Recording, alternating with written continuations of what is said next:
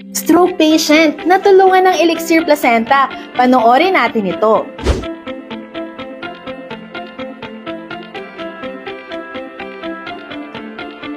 Paano nga ba nakakatulong ang Elixir Placenta sa stroke? Stroke happens when the blood supply to the part of the brain is blocked or reduced. Ang Elixir Placenta ay may active ingredient na patented rhodiola at ito ay nakakatulong para tumaas ang oxygen content sa ating blood. Ini-improve nito ang pag-supply ng oxygen sa ating heart, liver, and kidneys. Meron din itong active ingredient na rice bran oil. Nire-reduce naman nito ang levels ng ating bad cholesterol at pinapataas naman nito ang ating good cholesterol.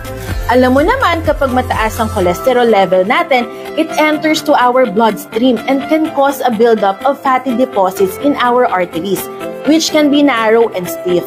Possible tayong magkaroon ng stroke. Para maiwasan ito, it is highly recommended to take Elixir Placenta. This is Climar 14, nurse at your service. Follow for more health tips.